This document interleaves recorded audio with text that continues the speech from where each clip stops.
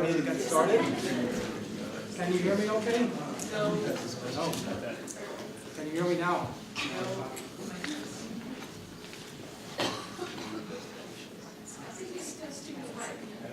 Now is that better? Okay, good.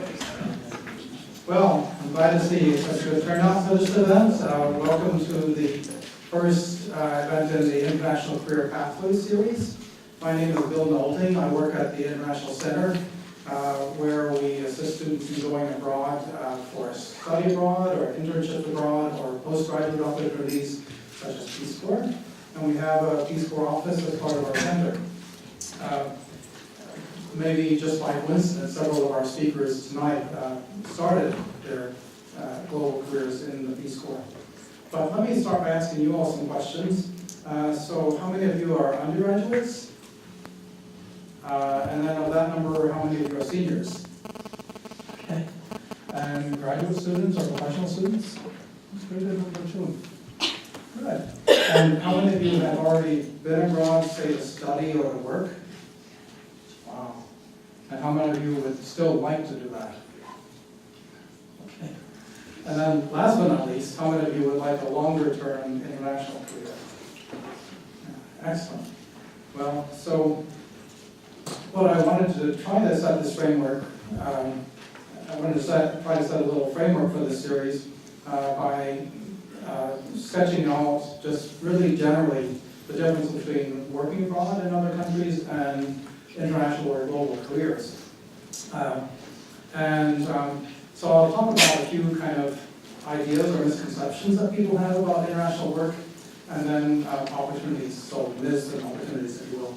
So one myth that people have is that you can graduate and jump right into an international career position. And that's really not likely, just because most international career positions require previous experience abroad, typically a year or two working abroad, and a graduate degree or two, or a combination of all of those. But on the other hand, there's the opportunities. The good news is that while you are still students or shortly after you graduate, there are a lot of opportunities for gaining international experience. And whether you're an undergraduate, or graduate, senior, or graduate student, there's a program for you. Many of these programs are supported by University of Michigan in one way or another.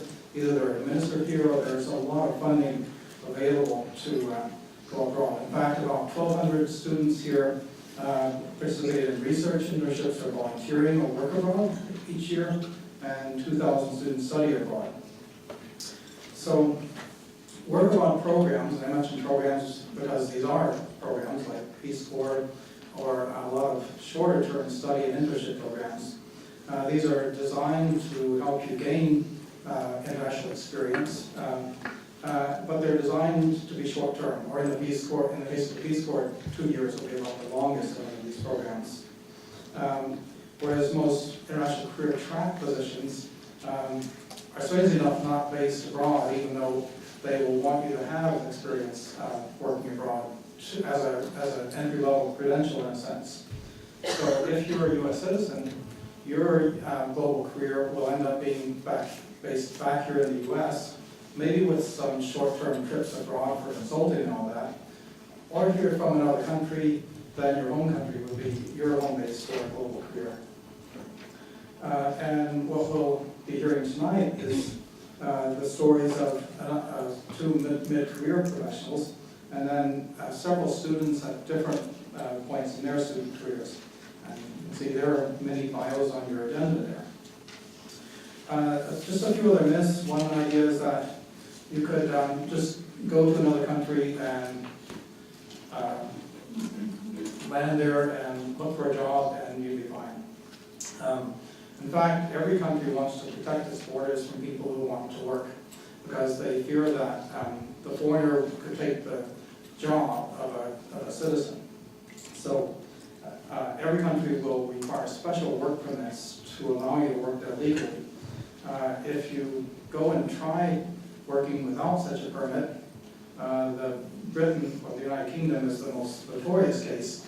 They will put you on the next plane home if you tell them you're there to have an internship or to work if you don't have the work permit that they want you to have. Another myth would be that American companies abroad would prefer to hire U.S. citizens. In fact, that's usually not the case unless they would send, say, a mid-career professional abroad. But you can think of the fact that Japanese auto companies have their big headquarters in the U.S. and assembly lines, and if you go into those companies, they'll look as American as they can be.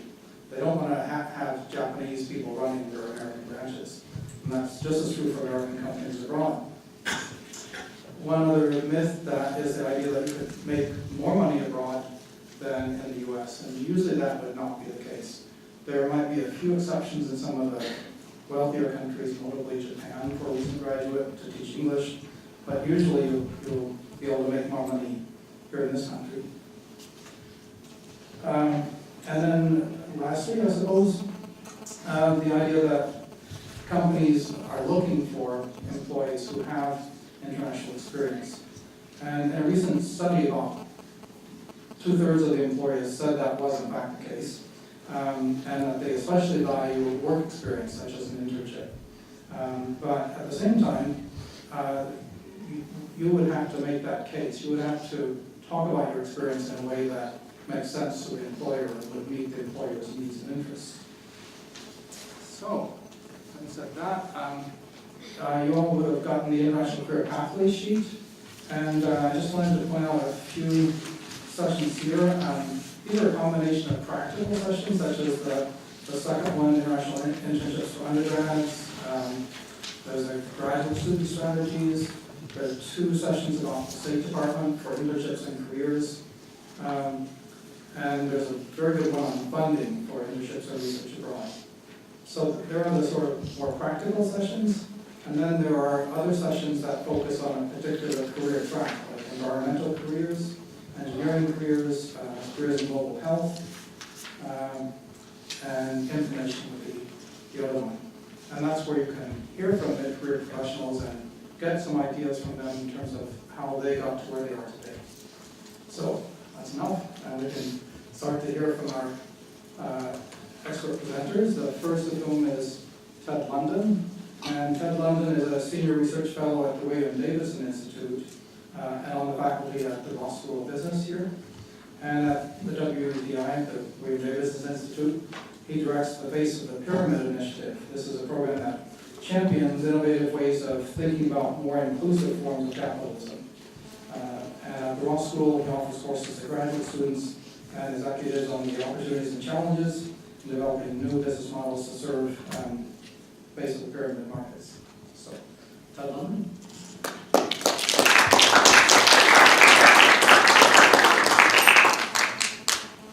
Well, good to see you. It's a little odd to be trapped right in this little spot, but I'll do the best I can. So I'm Ted London. I have been doing international work since 1989, so coming on 25 years. And I'm going to offer you a distinct perspective. Okay, I'm going to say it up front, I have a bias. So hopefully you're going to believe me, but I want to lay this out that I have a particular orientation. And what I really want you to do, and some of you have done this already, is think of maybe a little differently about an international career. For some of you, you're thinking, wow, London, Paris, Berlin, Tokyo, maybe Cape Town, right? Very cool places, right? But I want to say, no. Those are the wrong places to look. Because I want you to think about having a career internationally that you can have a real impact. Right? And I also want to get you to think a little bit about not just today, but tomorrow, and where those opportunities might be. So the first thing I'm going to do is see if I can't get you to think about the world a little differently.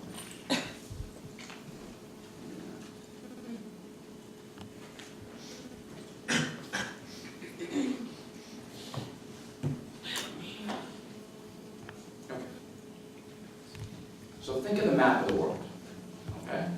Can you picture that in your mind's eye right now? What's right in the middle when you look at the world map? What do you see first when you stare? Ocean. What do you see? What's in the center? Africa. Sometimes frankly, if I'm in America, usually America's in the center of the map, North America. And if the Europeans make the map, you'll notice it's different. Europe's in the center, right? And that's sort of how we think about the world. What happens if all the maps of the world were drawn like this? Right? What would you, so some of you said this already, but what would you see now? What's at the center? Yeah, what's at the top of the world? Brazil. My Brazilian colleagues love this map, by the way. Right? And there's nothing different. Nothing has changed in our world. You're just seeing it slightly differently. Right? We didn't just fall off. Right? North doesn't have to be up.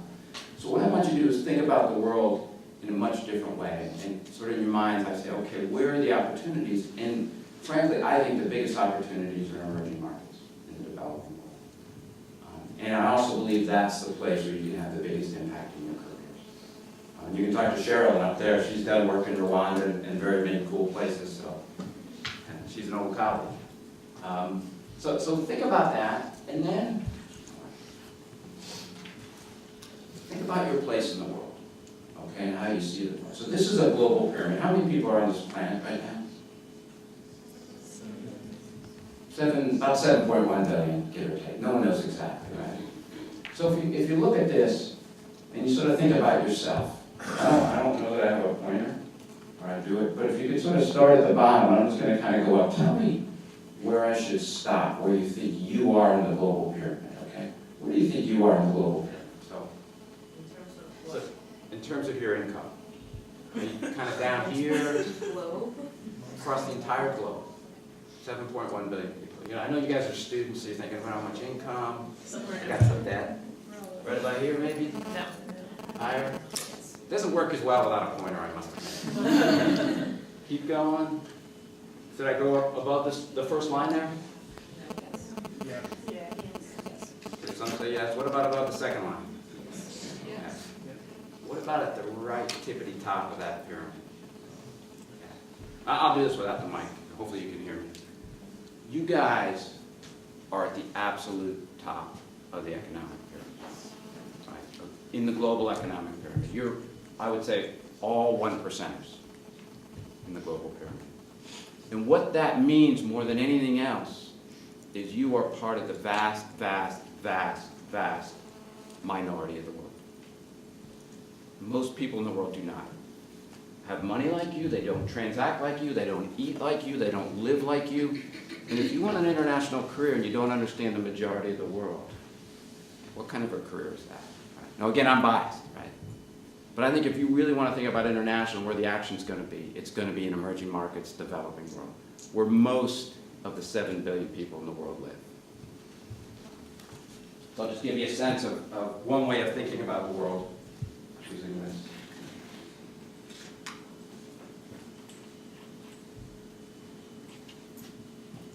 So it's pretty clear. You guys are at the top of the pyramid, right? As much as we might moan and groan and compare ourselves to someone who's a little bit wealthier than us, you guys have what most people only dream about in this world. And why do I say this now? Why am I saying international is in developing markets, what we call base of the pyramid, is so important? What's a big driver that's making this even more important as we speak? I'm a teacher. I can call them. I have no problem cold calling. Pardon? Why globalization? Well, businesses are increasingly connected with, businesses around the globe and with other currencies. And so there's more interconnection, right? Absolutely. What else? What other reason? Outsourcing of jobs. So there's some outsourcing, transferring. Bill was mentioning that a little bit, although maybe not as much as we think, but there is some of that going on for sure. So it's becoming more sort of people transferring their labor. What's a big socioeconomic trend? What concerns you the most when you go to bed? Growing disparity in America. Disparity. So that's one. Whether it's America or not, it's disparity. Some people might say climate change, big issue. I think the biggest challenge is poverty and population. Right. So we're at 7 billion. Where are we going? Where's the population supposed to go in the next 20 years? Up or down? Upward. Upward. By about how much? Any ideas? the next 20 years. So it's 7 billion, it's supposed to get to 9 or 10 billion. So 3 billion more people. Where are they going to be born? In the US? Rich countries? No. So we got, 4 to 5 billion people living in low-income markets, and we're going to see that increase by another 2 to 3 billion. So that's kind of the why now. You can help me out? So then this just showed it grows. If you go one more, or actually 2 more, 3 more, I guess 1 more. So this is my lifetime, right? So I was born in 1963. Thank you for calling me mid-career professional. I always appreciate that. The population when I was born was 3.2 billion. Okay? Now, 7.1 billion. So in my lifetime, 51 years, we've added almost 4 billion people to this planet. And I'm going to make it to 2050, I hope. That's what, 87? Sort of an average lifetime. You guys will root for me on that, right? 6 billion people, give or take, will be added to this planet. 6 billion people in a lifetime. Right. Now, at some point, the population is going to level off, but this just suggests this is a huge trend to think about in international careers, because almost all of that population growth has been in low-income markets in the developing world. So again, I'm trying to convince you to think about this more, but I want to do that with an honest appraisal. I hate this. But these are what I want you to think about: shelter, livelihood, sanitation, and schools. So this looks like your house, right? Give or take. Maybe not where you live right now, but this is a pretty standard house. In the developing world, that's a pretty good house in low-income markets. Now, when I say developing and low-income markets, I'm not talking about the rich people living in capitals. I'm talking about the vast majority of the population. They could be urban, they could be rural, but they have pretty limited incomes. And just in children, there are, almost 1 in 3 children live without adequate. And this would be considered adequate. They live without adequate shelter. So huge need for housing, opportunity for housing. Livelihoods. For those who've been in the developing world, that's pretty typical, right? A lot of people do a lot of different things to live their lives. Sanitation, pretty normal for us. Upscale for the developing world, low-income market. That's nice, isn't it? Yeah. A lot of times you don't get the slab at all. So it's actually pretty good. 1.1 billion people have inadequate access to water, 2.6 billion lack basic sanitation. It's estimated that 1.4 million children die each year from lack of safe drinking water and sanitation. Pretty significant issues. Healthcare, will not make you feel nice and ready to go to the hospital. How about that? All right. So if you think about healthcare, where are the opportunities? 1 billion people lack access to healthcare systems. Over 8 billion children under the age of 5 die from malnutrition and mostly preventable disease. Energy, just like home, if you're lucky in the developing world, you have some sort of a kerosene. And again, if you're interested in, if you're an engineer interested in energy, what a great opportunity to think about the world differently. But I don't want this to all be gloom and doom. What's this a picture of? I'm looking through, when I took this in Malawi, and you'll find out in a little while I was in preschool in Malawi. What am I looking at? Kids. I heard that too. Somebody said it. School. It's a school, right? And one of the things I always remind my students, and if you come visit me sometime, you'll see, yeah, it's a picture of it. I would bet the kids in that picture are, on average, just as smart as the people in this room. Right? This isn't a gloom and doom scenario. Just by luck that we're in one place and they're in another. But it's not like they're without assets and resources and bright people. It's not terrible conditions. They're amazing, special people in these places, right? It's not a place to be scared of. I don't know, and we'll talk about this in a minute, but if you think of Africa, it's not like a dark place full of lions, right? It's a wonderful, bright place full of terrific people. We tend to kind of have misconceptions, but I want you to see the world as I see it. So this is a school. And then what I want to do is just ask you real quick, Jimmy, you can't do this because we did it in class, but think real quickly of 3 words you'd use to describe the poor, in low-income markets, what I call the base of the pyramid, we call it. What are a couple of words that would come to mind immediately? What comes to mind when you think about the poor? What comes to mind? Yeah, just a word, even. see. Just, it's interesting how do you make a living, actually. How do they survive, right? Yeah. Please. Yes. It's no grading. So don't worry. I guess when I think about the poor, I think of also like what they feel. And what do you think they, when you say that, what do you think they feel? I would have to say I don't know because I don't know that situation exactly. You're hedging your bets. Yeah. So I'm way in the back, all the way. But I don't, because people are nice to sit in the front, so I want to get the people in the back. Just anyone you guess. Just words that you associate with poverty. Or poor. When I say someone's poor, what do you think about? How do you think about it? Like sick as Sick. well. Yeah, you have some sort of disease and you can't treat it. Anyone else? Lack of resources. Lack of resources? Hungry? Multitaskers. Multitaskers? Lacking basic needs, Lack of basic needs? strong family ties. Strong, yep, they can have strong family ties, for sure. Struggling. Innovative. Innovative? Struggling.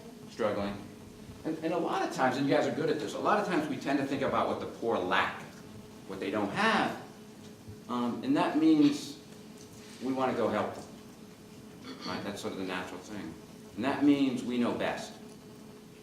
Right? And we can help them be better. And it's very, I guess, altruistic, but I think it's fundamentally wrong.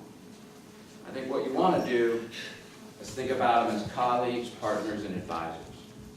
If you're going to do this, you're going to go international. You're not there to help. You're there to co-create, to build something. And that opens up a whole realm of possibility to do something amazing. Right? Because if you think you have the solution in your pocket, it's not going to be very interesting. So again, I'm talking about a particular type of career, but I think if my gut feeling is if any of you pursue this, I think, and you'll hear it from Jimmy, I think, and maybe some of the other planners, this is some of the most fulfilling work you could do in your lifetime, because you can really have an impact. And they're pretty amazing people that you meet. So this is my journey. I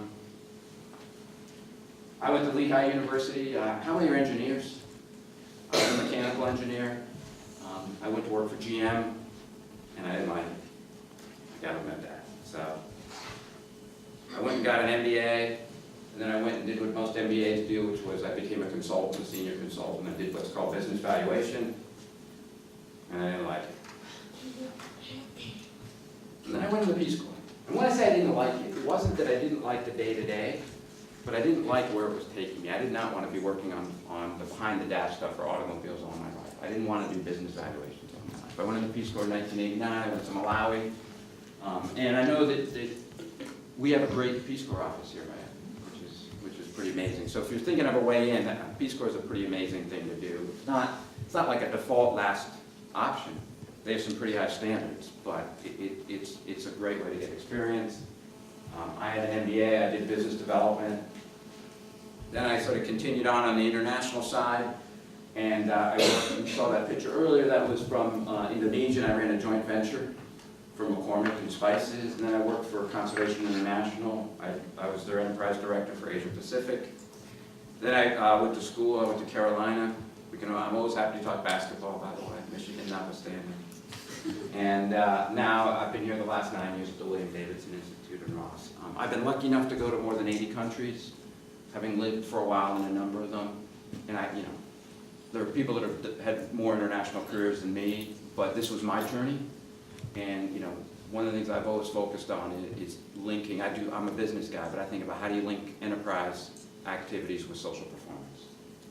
Right? How do you make those not a trade-off, but actually make them work in combination?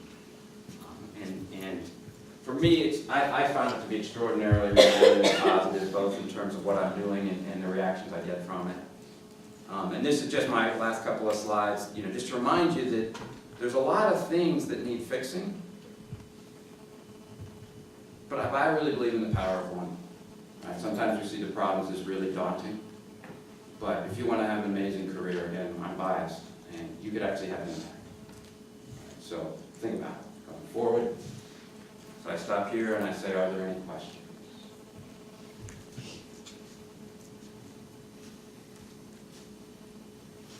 please. When you say you can have an impact, what would you say some of the impacts you felt along your journey are? That's a great question.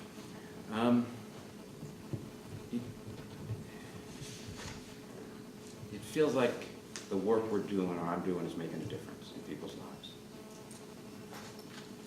You know, particularly this is, it's kind of going a ways back, but most recently over the last decade or so, we've really thought hard about what's the role that enterprise can play in alleviating poverty.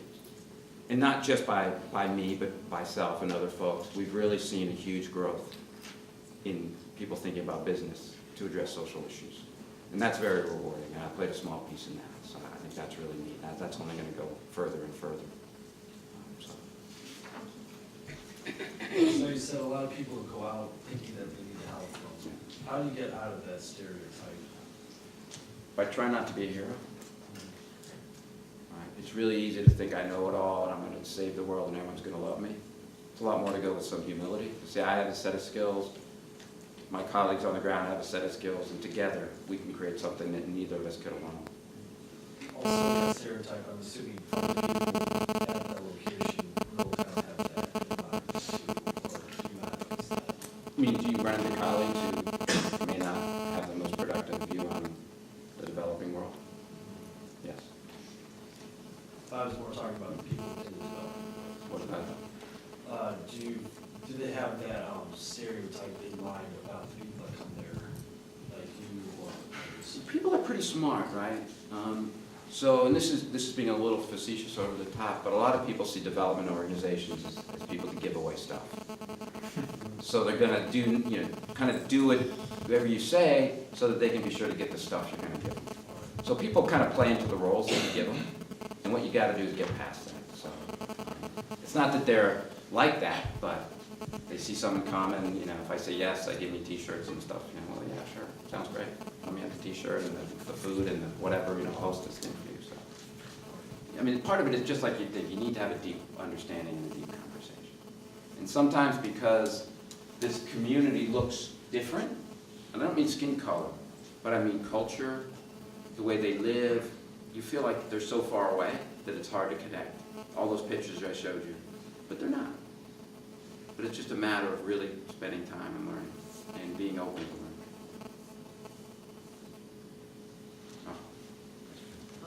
How does your year look like? Because you are a professor at U of M and then you go to different places. What does it look like? Sorry, rephrase. How does your typical year look like? Well, there's a misconception, which is I don't seem to ever have a typical year. So, but I can tell you what this year looks like. This summer I've been trying really hard. I'm working on a book. So I got to finish that because it's not that exotic, but I go to Japan. I go to New York on October 2nd, and then I go to Japan on the 4th, and I come back, and I'm going almost immediately to Geneva, then on to Moscow, then I'm coming back, and we're doing a program in DC, and then I start teaching. So I got to get this book done. So it's a mix of, I try and do three things, which is I try and create intellectual capital. We do a lot of things like teaching and other things that kind of influence the domain, and then we work on the ground with partners. So the reason I'm going to Japan is they're very interested in figuring out how to get more of their companies to think about low-income markets. So, but if you ask me next month or something else, it'll be a little different. But the big idea stays the same, but what I do can vary a little bit. And then, in the spring, I'll do a lot more in Africa and a couple other places overseas. Yes, I'm going to run out. I think I'm going to run. I've got to respect time, so I've got to be. How much time do I have left? It's about 6:40. So I got 5 minutes. 2 minutes? Got to be fast questions, please. Have you encountered a lot of anti-Western sentiment, and if you have, how have you dealt with it? I have been fortunate that people haven't really accused me of that. I think it's there. When I lived in Malawi, just to give you an example, the first Iraq invasion was going on. And I didn't get involved, but there was interesting, about occupation, and there was questions about why this, why that. And people, if you can do it without being very political, they'll have great discussions with you, right? And what you got to understand is their perspectives. But I've been fortunate, but I suppose there people could have said that behind my back. But I think part of it is try how you respect people and interact with them and try to do. You're not going to be perfect, but try and do well by their culture. And When you go to these countries, how do you overcome the language barrier? That's one of my Achilles weaknesses, right? Achilles heel. I know some French. When I was in Malawi, I learned some Chichewa. When I was in Indonesia, I was okay at Indonesian, but I'm not a linguist. So, it's always a struggle. Fortunately for us, there's a lot of places where English is a first or a second language, so that helps. And also, fortunately, a lot of colleagues that I interact with internationally speak the language. But when I go into low-income markets, it's part of it is just what you do, right, and how you act, and then you have to find a translator. I wish I could say I know all the languages of the world, but I struggle with English sometimes. So. It's just not my strength. Do you have more time for one more question? Sure. Wow. Have you ever encountered any difficulties from the government or from the local people who are doing business in developing countries such as Africa, like from government or pressure from? Say that one more time. I didn't quite understand the question. While you're doing business in Africa or in Asia, in those developing countries, have you ever encountered any difficulties from the government or from the bureau? From the government?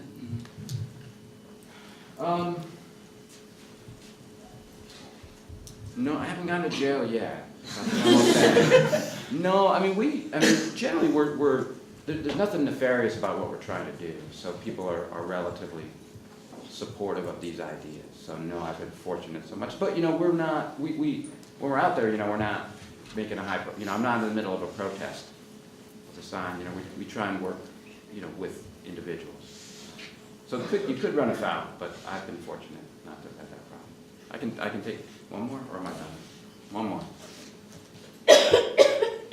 Have you ever dealt with, along the same lines, have you ever dealt with corruption and having to, if you're exporting a product or having to get approval for the government, dealing with corruption and kickbacks? Yeah, this is, and I'm being filmed here, so I have to be very. Sorry. But there's different, I guess there's different levels of corruption. I think even the U.S. government recognizes that there's certain things that you need to do to conduct business, and then there are certain things that are more unethical. And let me be thoughtful about this. I've not done anything I consider to be unethical that would raise the awareness of the government. And I don't import and export, so that's not it. But when I ran a company in Indonesia, you run into those kind of things where you just have to figure out how to manage that. But you don't get into paying bribes and stuff like that. That just doesn't work. But I think I have seen unethical business practices. But that's not just reserved for businesses, by the way. That also applies to people in nonprofit, people in government. All right, I think I got to stop here. I wish you guys all the very best in your careers. I hope this gave you something, if you haven't thought about it, gave you something else to think about as you kind of weigh your options moving forward. But whatever you do, I think doing an international internship, having an international career, whatever, will certainly kind of be something that you'll carry with you the rest of your lives and help shape how you see the world. So, good luck.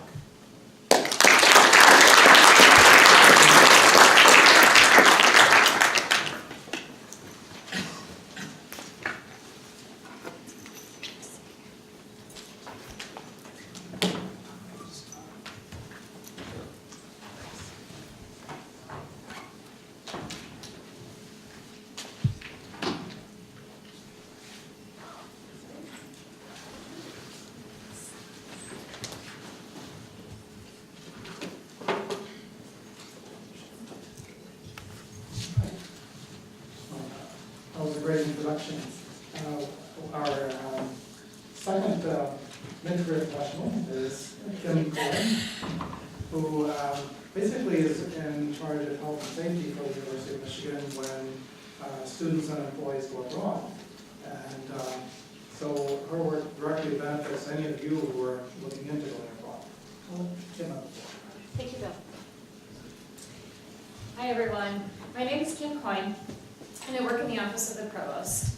I am in a newly created position for the University of Michigan. I'm the Senior Advisor for International Health, Safety, and Security. And so that means I do a lot of risk assessment and monitoring of situations that happen around the world. I've been here 3 years, 3 full years in October. And it's an interesting field to be part of. I kind of go back to the how did I get here?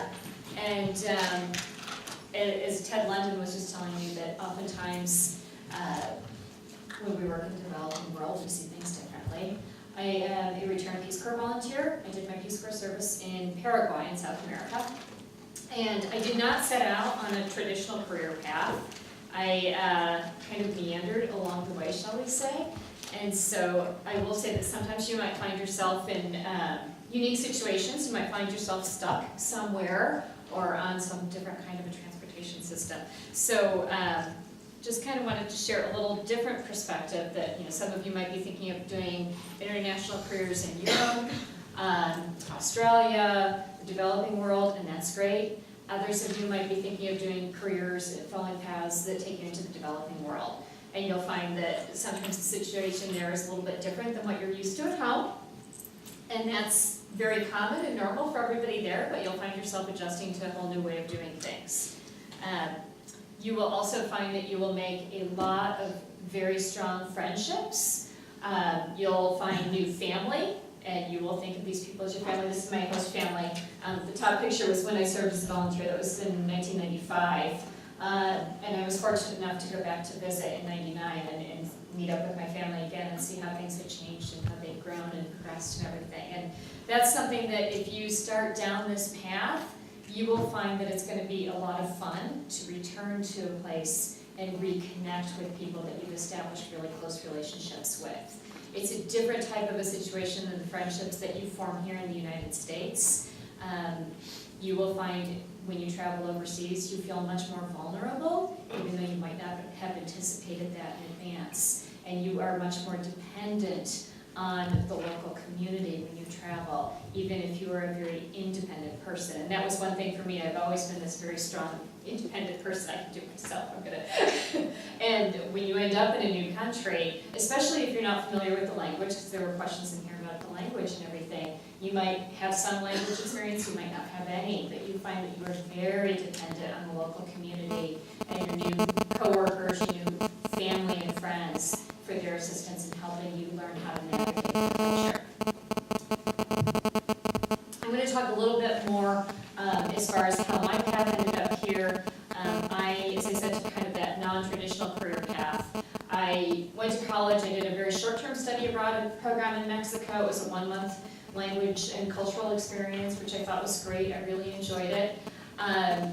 When I think of health and safety aspects, I'll date myself. I did this program, I think, in 1987 when I was in college. So I was a little bit before you guys. That's why I thank Bill for saying mid-career as well. But, you know, I was interested in traveling overseas. I was interested in studying. Our professor who took us, it was a group of, 30 college students, and we were very excited to go to Mexico. And they really didn't talk about health and safety. It was just kind of, oh, if you go out anywhere, make sure you go out in pairs. Don't stay out too late. Make sure you talk with your host family and try not to get sick. And here's the phone number if you need anybody.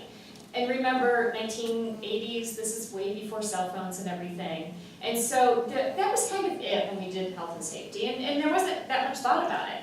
I know one student actually had to go to the hospital because she had to have her appendix out while we were there. But we got through everything.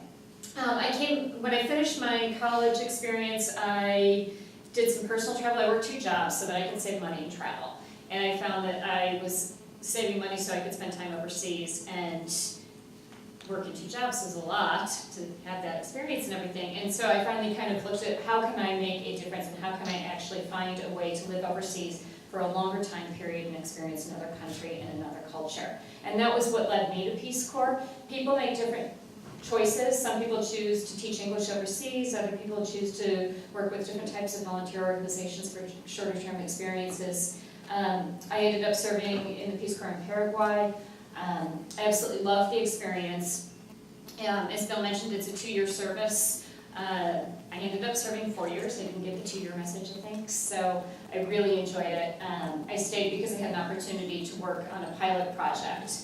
And that's something that you don't necessarily think of when you start out on adventures. And I always encourage people to keep your mind open to new opportunities that might cross your path that you weren't even thinking about. And so I was coming up towards the end of my 2 years in Peace Corps and talking with my supervisor there about staying longer, and he said, we've been thinking of starting a pilot project in municipal services development, and you've done some work with your municipality, and I think that you'd be really well qualified for it if you're interested in doing that. And I thought about it and figured, when else am I gonna have a chance to work on a pilot project in another country and have that type of an experience? And so I thought it over and I said, okay, and I stayed. It was a very difficult experience, I will say, but also one that I really loved. And it became a project for Peace Corps, and so that was a really good experience. Back in the US, I ended up following a path of, I always say, kind of loosely weaving my way along the lines of education abroad and volunteerism. I worked for some study abroad organizations. I did my graduate school. I did not, again, non-traditional person. I did college, did a bunch of other stuff, did Peace Corps, kind of like Ted said, I didn't like this, so I went in that direction. And that's okay. If you're not happy with what you're doing, it's okay to look at something else. Don't feel like you're stuck in one place. I went to school for international training in Vermont for my graduate degree, and then I ended up working for a place called Earthwatch Institute, which does scientific field research. And they involve the public in assisting scientists to help conduct their research. It was a really cool opportunity. And then I found myself at Peace Corps headquarters because I still have the Peace Corps spirit. I'm still very much, I still think of it as a Peace Corps volunteer at heart. And so I worked at the headquarters office for about 5 years. And in that experience, I dealt with a lot of, I dealt with incoming volunteers, so trainees who were going to serve in Latin America. So I worked with the Central and South America desk units. I dealt with a lot of emergencies as well, which was kind of unexpected when I went in, but I dealt with things ranging from, a really bad earthquake in Peru to, we had a program in Bolivia, and during some political unrest, we had to evacuate volunteers from Bolivia. And so I was part of that transition team that worked with the volunteers in Bolivia when we evacuated them, went down to Peru to help support them. And get through that whole process, because that's a very difficult process to go through when you're in one place and then all of a sudden you have to leave quickly. I also dealt with a coup in Honduras and a group of trainees that was about to head out for the country in like 3 days, and so we had to kind of reconfigure what we were doing with this group of 50 trainees who were about to get on a plane and say, you're not going to Honduras, but we're gonna take this path and help you get through this experience. That got me into working with health and safety, basically. I really found that it appealed to me a lot. I tend to stay very calm during emergencies. I can work with people in different types of situations, and I just kind of gravitated to that experience. And that's what brought me here to the University of Michigan. When I started at this, in this position, this was a very new field, and it's still very much an emerging field. When I started here, there were about 15 health and safety specialists at different colleges and universities. And in all of 3 years, this has grown to about 40 positions in over 30 universities, which is pretty exciting to see. And so again, I step back and I say, really keep your mind open to new opportunities that might present themselves as your career evolves. Because this isn't anything that existed when I was a student in college. It didn't exist when I was a Peace Corps volunteer. But a lot of universities have found that they really need to devote lots more time and attention to pre-departure orientation, to preparing students for the cultural experiences, the language, and the health and safety aspects that go with traveling abroad. And it's one thing if you're going to a European country where everything might feel very similar to what it's like in the United States. It's another thing if you're going to an experience where you might be in parts of Africa or parts of South America or Asia, where there's a very different lifestyle, there are language differences and everything. And so looking at that whole situation is something that's been given much more attention in recent years. And so it's exciting to see the field growing. There's a great network. I am very well connected with a lot of the other institutions that have the health and safety specialists, and we work together and we share a lot of information, and we do a lot of kind of benchmarking and talking to each other when emergencies are arising. I just did want to briefly mention there are a lot of universities that have the centralized and decentralized system. If you're at Michigan, you probably already realize we're a very decentralized institution. And so while I'm in the provost office, I work to support all 19 schools and colleges, plus all 3 campuses. Other positions are in a centralized program, and it's one person in the Central Study Abroad office. How many of you are in LSNA or went to LSNA? Okay. And how about engineering? There were a few engineers. Okay. So LSNA has CGIS, the Center for Global and Intercultural Study, and the engineering school has the International Programs in Engineering. Those are kind of like the centralized systems for those respective schools. And so they have people, they have staff that work with all of these areas. Some of our other schools might have just one person, or it might be part of a physician's role to work with. And then I mentioned too, the provider organizations. So when people do study abroad and they go to through an organization like Bill might work with CIEE through the International Center and some of the other organizations. Those are provider organizations. Those are also starting to develop health and safety specialists who can work with assessing risks and doing the training for any of the students that participate in their programs. Just within this field, this is just a sample as far as some of the duties that I do and that my other counterparts do, and so a lot of this is 24/7 work. I am on call pretty much all the time, so if something happens, people will contact me, there's something that's going on. So I do a lot of risk assessment and monitoring, and I'll talk about some of the situations that we've dealt with at the university in a few minutes. But this basically means monitoring all of the news resources, watching out for things that are happening. There are a lot of things happening in the world today. Ebola outbreak, everybody is, that's all over the news. People are watching that. If someone is planning travel to Guinea or Liberia, they're probably having second thoughts. Now is the right time to go. There's a lot of political unrest and everything going on around the world too. And so that's a big portion of what I do. Travel registries, if you're traveling overseas, we ask you to register your travel in the University of Michigan so that we know where you are, and this helps us reach out to you in the event of an emergency. And a lot of institutions have developed registration systems, not all, but a lot of them have them. I also do a lot of work with the, health insurance. So the university has a really good health insurance plan for people who are traveling abroad. What else in here? I talk with a lot of units and sometimes students and provide guidance as far as, looking at what countries they're looking at going to, if they need to take extra precautions based on where they're going. And then also some of the other areas are helping to inform the university on suggested guidance, travel policies. Sometimes faculty and staff might be bringing someone with them. They might bring their spouse on travel, for example, or their kids, and so we have to talk through those situations. Some of the positions go out and they do site assessments in the field just to check out the area and to make the connections and build relationships. And then there's also a lot of internal and external collaboration, so I work a lot with university schools and colleges and the different units. And then I'm also, especially during emergencies, a lot of contact with the State Department.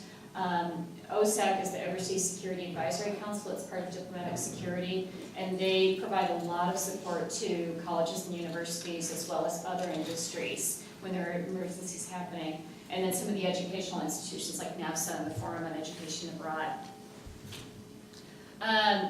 Bill asked if I would mention a couple of the events at the university. Many of you are thinking of going overseas, and I know a lot of you have already traveled. Has anyone dealt with emergencies when you travel overseas? Yeah? Okay, a couple of you.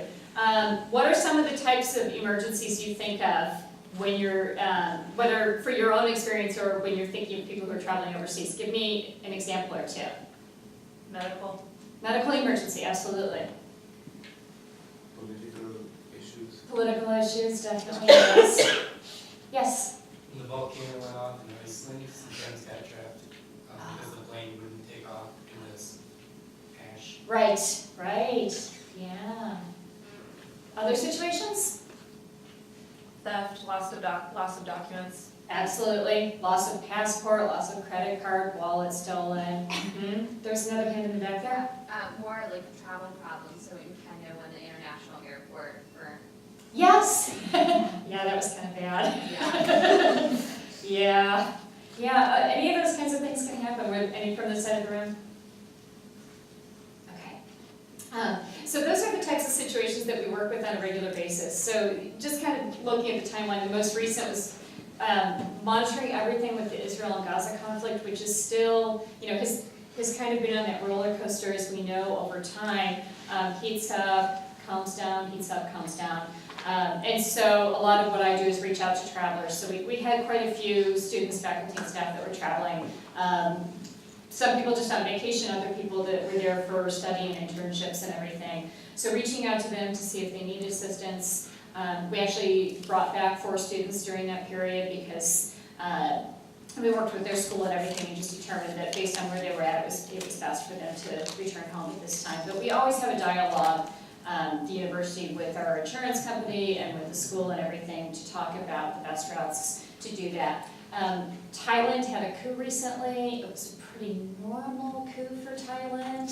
So, but it also creates a lot of nervousness and tension for people who might not understand the situation. We had a lot of travelers in Thailand. They stayed put. They understood, don't go into the protests and demonstrations and stuff, and everything was all right. Ebola outbreak, I wouldn't recommend going there right now.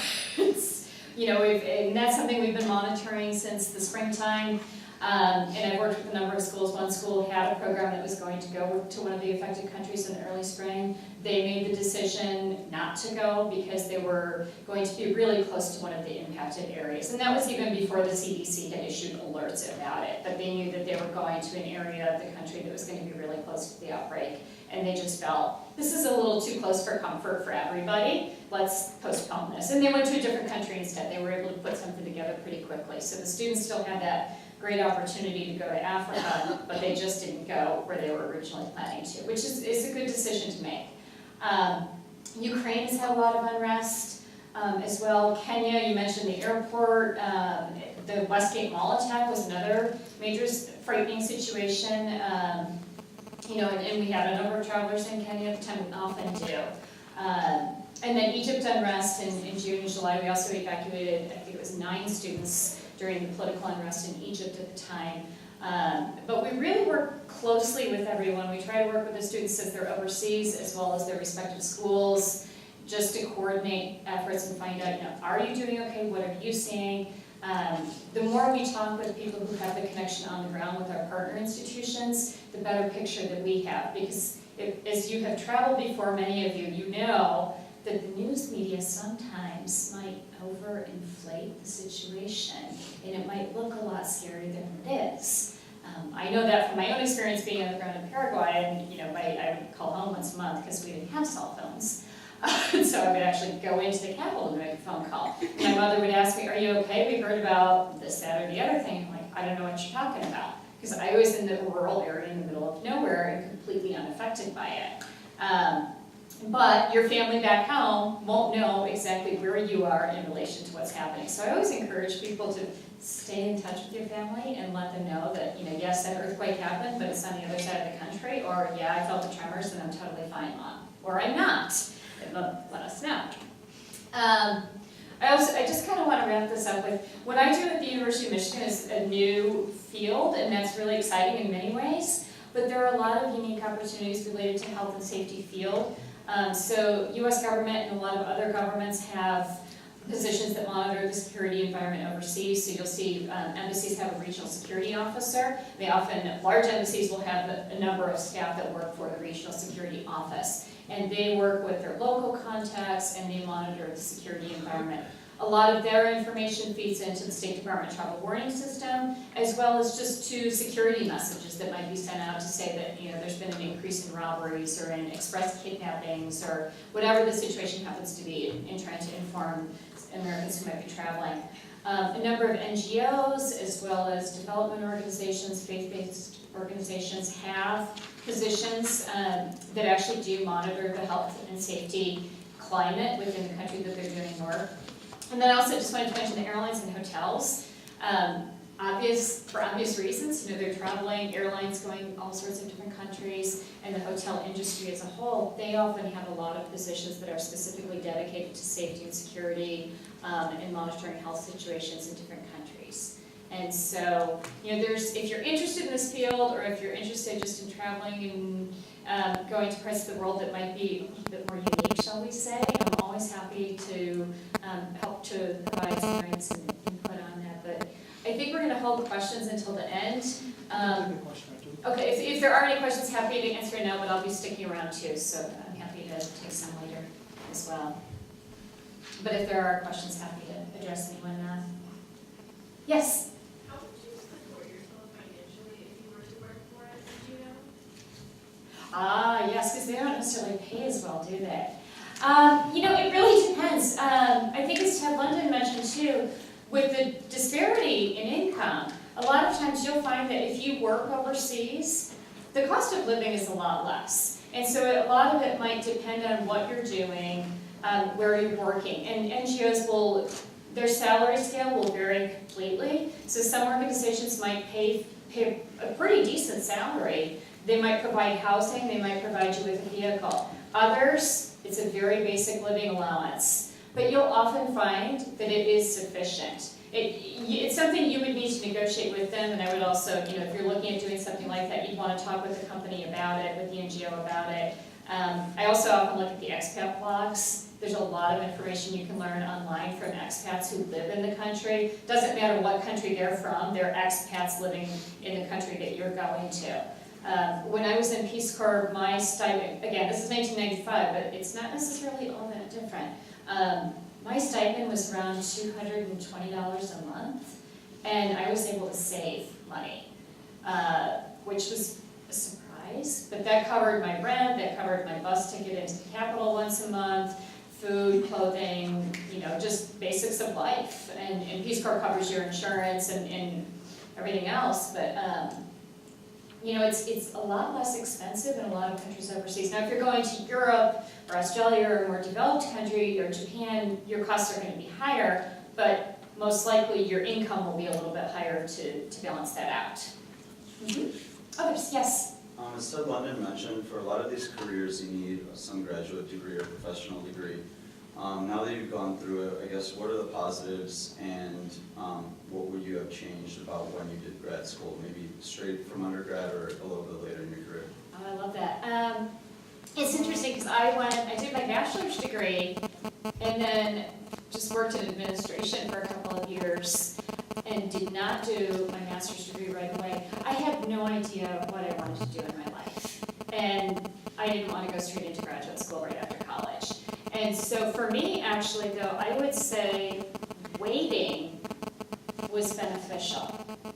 Because I went in, I was 5 years out of college. My Peace Corps group the majority were recent graduates who had just finished their bachelor's degree, a few who had a master's degree, and then there were a few end-of-career professionals, shall we say, that went in retiring and such. The older volunteers, as we were called, actually provided a stabilizing environment for the younger volunteers. I felt that for me personally, that helped me feel better prepared because I already knew, I didn't go straight from college into overseas life. I had lived on my own, I knew how to manage my finances, I knew how to manage my budget, I knew how to get around and everything. And so for me, that was a really stabilizing factor by doing that a few years after college. I think a lot of times, the situation is different. A lot of, you have probably already been in situations where you've had, your summer jobs or you've worked, you've done some internship experiences and everything, and so you have a slightly different advantage coming in. But yeah, I would say that was something that, for me, it worked out really well to wait a couple of years. And I would probably do it again, too. I've considered volunteering again, is a later step. Okay, thank you very much.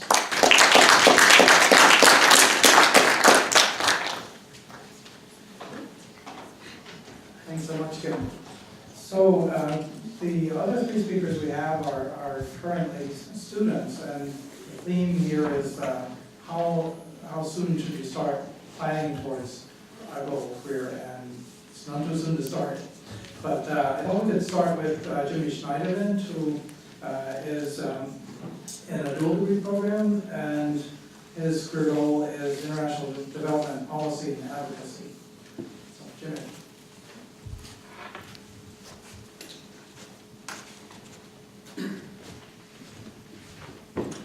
Hello. How's everybody doing? Cool. I actually want to start by saying that it's my birthday on Thursday, and I'm having a birthday party on Friday. You're all invited. And if you want to talk to me about that afterward, I can give you the pertinent details. So just start off with that. You guys got my bio in front of you. I'm just going to run through it very quickly. So, in case it's beneficial for you to know the path that I took. When I was an undergrad, I did a study abroad for 1 month in Cambridge. And that actually did not really, I would say it didn't really motivate me to further pursue international careers. But somehow or another, I ended up doing Peace Corps. And I think, part of that is because Peace Corps kind of has a legacy in my family. But I was a Peace Corps volunteer from 2007 to 2009 in Mozambique. So I got back relatively recently. Since then, I started grad school in 2012, and since I've been at the University of Michigan, I think I've gone back to Africa maybe 5 or 6 times over the last 2 years. One of those times was through the International Economic Development Program here at the Public Policy School. I had an internship a couple summers ago with the Liberian Ministry of Health, and this past summer I was working with a nonprofit organization as a consultant in Angola on a women's economic opportunity initiative. So that's basically the path that I took, taken. And I just want to tell you guys sort of a story real quick, something that happened to me in Peace Corps that I think maybe motivated me to actually look at international development as a career rather than just something that I did during my Peace Corps service and then moved on. So when I was a Peace Corps volunteer, I had a friend that lived in a community maybe about 200 miles away from me, and I went to visit her. And there was a woman working in her community who was an expat from Canada. Her name was Jill, and she was working for a community-based organization that basically was intended to provide certain services to orphans in the community, kids who had been orphaned because their parents had died of HIV. And by the time I met Jill, she had been in the country for about 10 years. So I don't know what Jill was like when she first came into the country, but by the time I met her, she was terrible. She spent all of her time in her home, and to answer the earlier question about salaries for NGOs, a lot of the developing countries that you go to, or at least the ones that I've been to in Africa, the richest people in the country are people who work for the national government or NGO workers, because again, there's the exchange rate, which is pretty favorable typically, and also a lot of these countries you get paid hardship pay, so sometimes these salaries can really approach $100,000, even above in certain countries. And again, Mozambique, the exchange rate was about 30 to 1 when I was there, so do the math. So Jill was living in pretty chic. She was living in a pretty nice spot. She had a compound around her. She had her own car.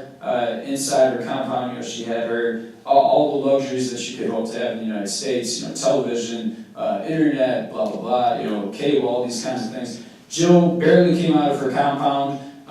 When she did, she was barely interacting with the constituents for her organization. She'd been there 10 years and didn't speak barely a word of Portuguese, which is the national language in Mozambique.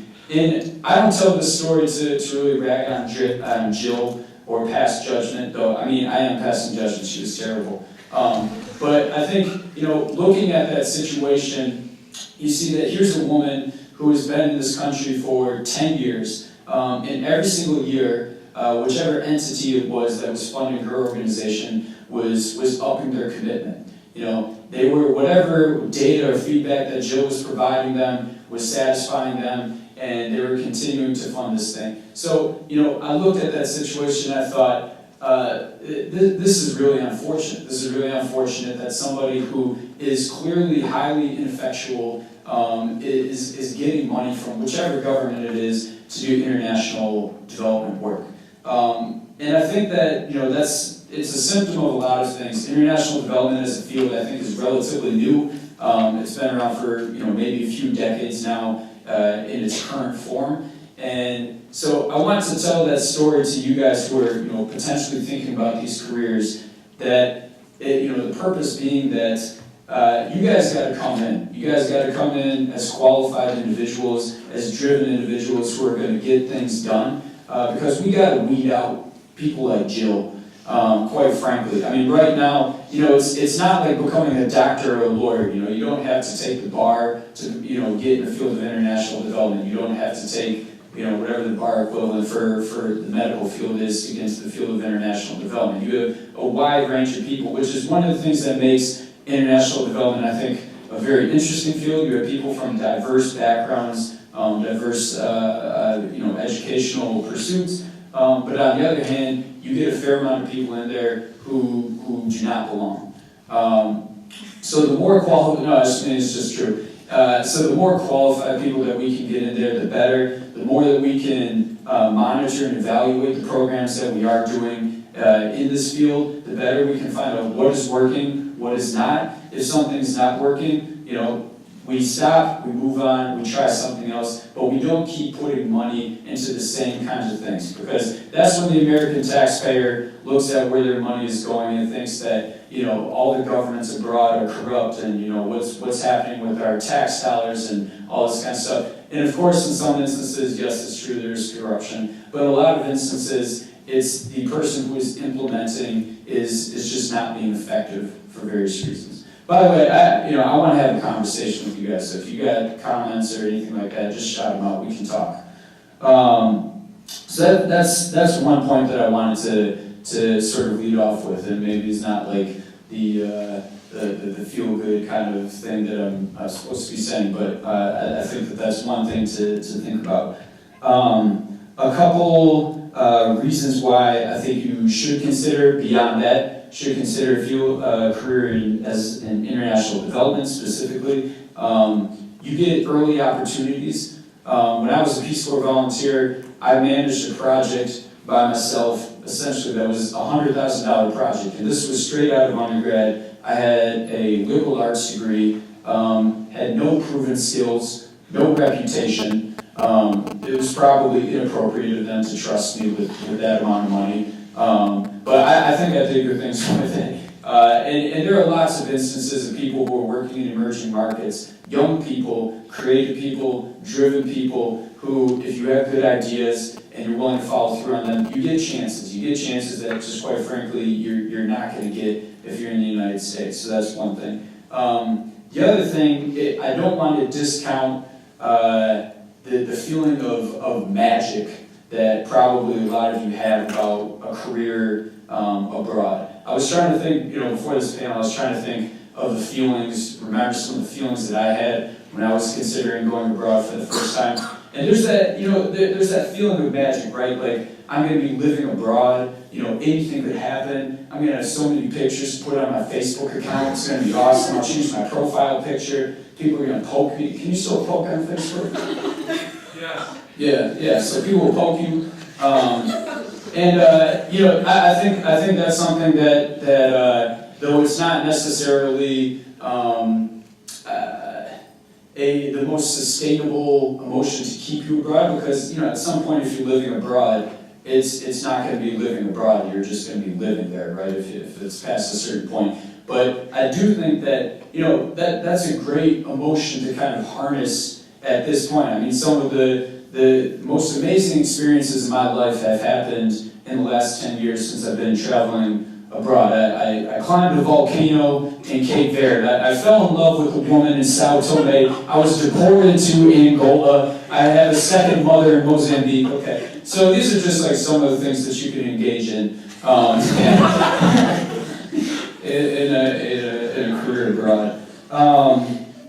Okay. 3 things that I wrote down, maybe 2 to think about, and then I'll try to wrap up. Living abroad and traveling abroad are 2 very different things. And I believe that before you can be sure that a career abroad is the right path for you, you need to have the experience of living abroad. And, I'm not gonna sit here and say that there's a certain threshold, a certain number of months or years that you need to spend, but it should be an extended period of time. Traveling around, living in Mozambique, my first 6 weeks there, I just thought this was the greatest thing, I had ever encountered. You get to bargain for everything. People are singing all the time. Everyone is neighborly. You walk down the street, everybody's talking to you. And after about 6 or 7 weeks, I'm like, why can't I just buy a banana for a fixed price? You know what I mean? Like, why do people gotta be singing at 6 in the morning and I'm trying to sleep? Why can't I walk to the road and not have 16 different people, try to talk to me about my personal life? But then I think, beyond that, you kind of maybe like find the best of both worlds. You grow to love it, but it's a part of life, and it's not sort of this gimmick that you feel, where it's the magic thing. So living abroad, the other thing I would say, start networking right now.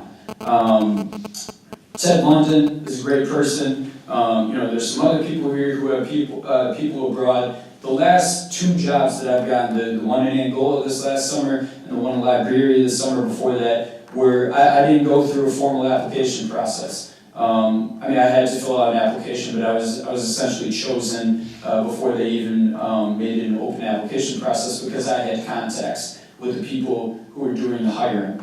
And at this point, I would say I probably have contacts in 20 or 30 different African countries, and not necessarily people who I've met in person. So I would say that would be my biggest piece of advice right now. Try to come to events like this.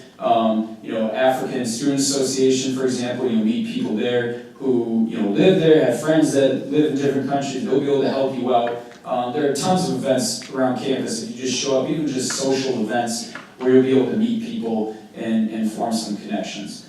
So I'm sure that I've gone past my allotted time, and I'll just stop. Am I taking questions, or you don't want me up here anymore? Maybe we can take questions at the end. Okay, yeah, that sounds good. Thank you for your attention.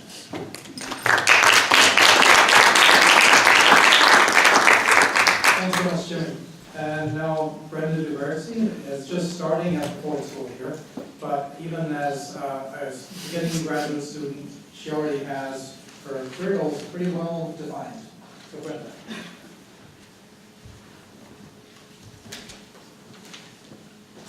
All right, good evening. So, like Jimmy, mentioned, please don't be like Jill. My name is Brenda DeBerse. I'm a first year MPP candidate at the Ford School. My international experience began my second year in undergrad. I studied abroad in the summertime for 6 weeks in South Africa. I was in Cape Town and Johannesburg, and I was bit by the travel bug. And soon after that summer, I knew I wanted to go back abroad. So I studied again in Rabat, Morocco, and I lived with the host family there. And I just love being in Africa and traveling. So following that experience, I knew that I wanted to go back abroad. I applied for a Fulbright research grant to Botswana, and I did that right after graduating from college. So, and currently I'm on a State Department Renewal Fellowship. So once I finish completing my graduate degree, I'll be a U.S. Foreign Service Officer. So I guess I kind of want this to be informal, kind of like Jimmy, but I don't know which direction to go. So I'll just give my words of wisdom. So like Jimmy mentioned, please don't be like Jill. I noticed from my experience being abroad that it actually pays off, going out, putting yourself out there, and attempting to learn the culture. And from my experience, I was able to gain more friends that way. I was able to make more connections that way. And these connections that I formed actually became more beneficial to when I started applying for some of these graduate programs or fellowship programs. And most importantly, one of the things that I learned from going abroad is, though you may learn from the culture, a lot of times people learn from you. There are many times throughout my journey in sub-Saharan Africa that many people didn't think that I am American, simply because of what they perceived as an American, what an American should be. And I saw this as an opportunity for me to go out and teach people that I am American, that there are different cultures in America, and just because my skin color may not be a different way, or I'm not from New York City, doesn't mean that I cannot be an American. So I think I hit everything. Well, do you guys have any questions, or not yet? I guess we're saving questions for the end. So was there anything else that I was just mentioning? Okay.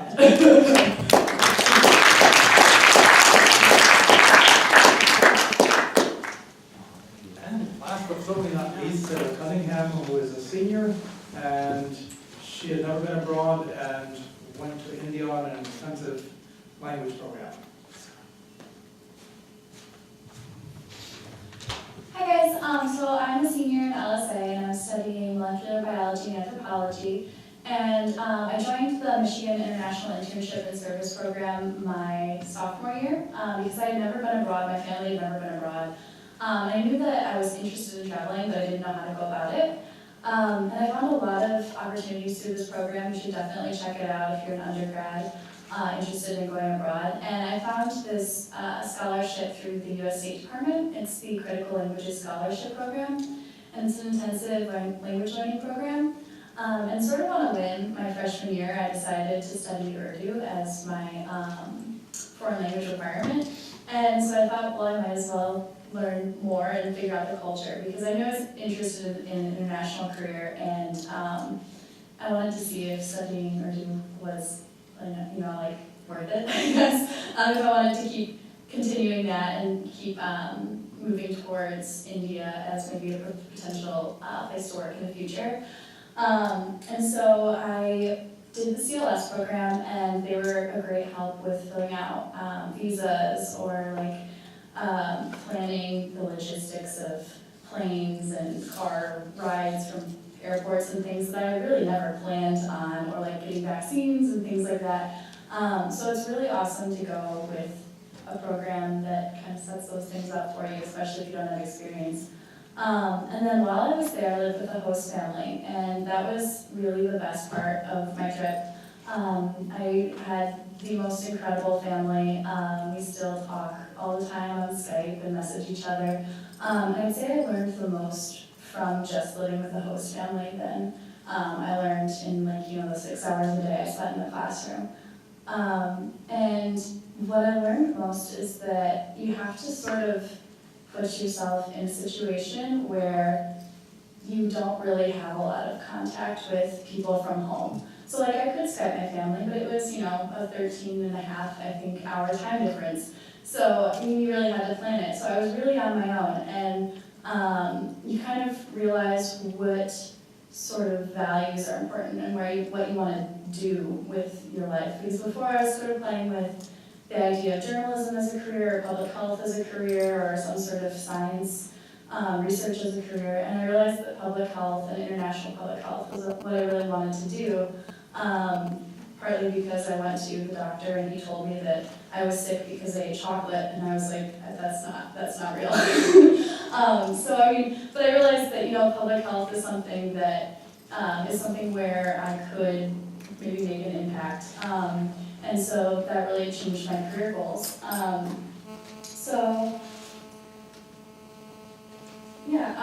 think that just making sure that if you're interested in a career abroad, going abroad and figuring out whether this region or whether this area of study is right for you is really important. And also language learning, because I had taken 2 years of the language here before I went. And when I got there, and my host mom only spoke Urdu, and the only people in the house only spoke Urdu, I was completely unable to communicate because their dialect or their accent was very different from what I was used to. So I mean, language is a really cool skill too, because the way that people express themselves in their own language is very different from the way that they express themselves in a second language, at least in my experience. So I think going to a place that you're interested in studying and learning the language is something that's very important, and yeah, that's all I would say.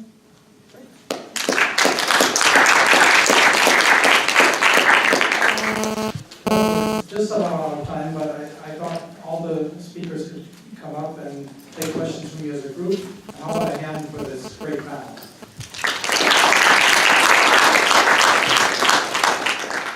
Maybe just 4 or 5 minutes of questions here. Any questions for the panel or any individuals?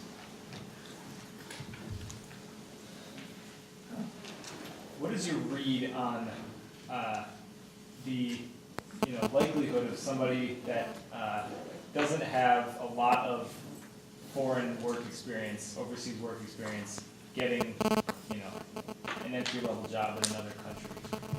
Do you have even anecdotes about people who maybe haven't spent as much time abroad, haven't lived abroad for extended periods, getting jobs if they're interested? I think, from my experience, that'll definitely depend on your skills or the language that you know. I know when I was in Morocco, I met a guy who had a particular skill that was useful for this NGO there, and he didn't have that much international experience, but he had the skill that was useful. So for him, it worked out, and he also knew French and Moroccan Arabic. I would suggest, there are a lot of different options to go abroad kind of through a volunteer capacity other than Peace Corps. I mean, things where you can be there for a few months, 6 months, a year, things like that. Something along those lines where you can at least have something on your resume shows that you did more than just kind of traveling through. Because I think that a lot of the organizations that I've talked to, they're sometimes concerned that they don't want to have to babysit people. They want to know that you're going to be able to live in these communities, and they're not going to have to give you constant help. So like if you can just show something where you went abroad for 2 months or a month or whatever, and you were able to work in that type of setting successfully, I think that could be helpful.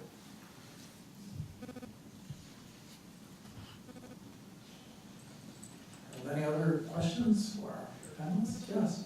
So it seems like most of the stuff here is working with governments and other public things for the countries. Is there any private sector work that you have done? I did this summer when I was in Angola.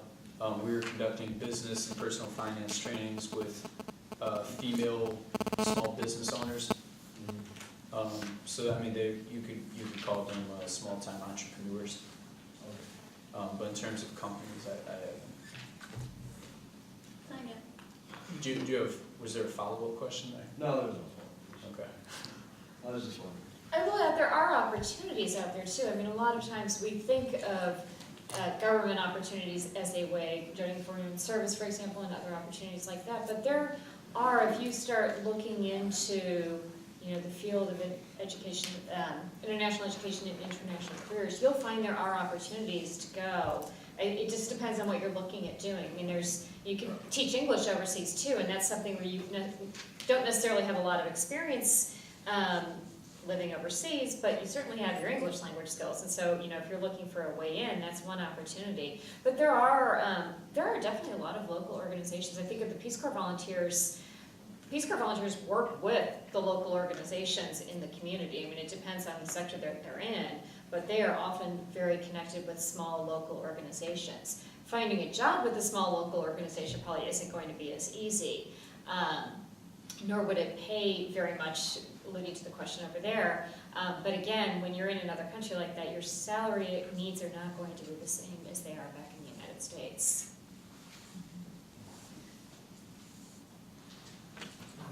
One more question for our group? Just to follow up on what he was asking, it's more of a comment, I guess.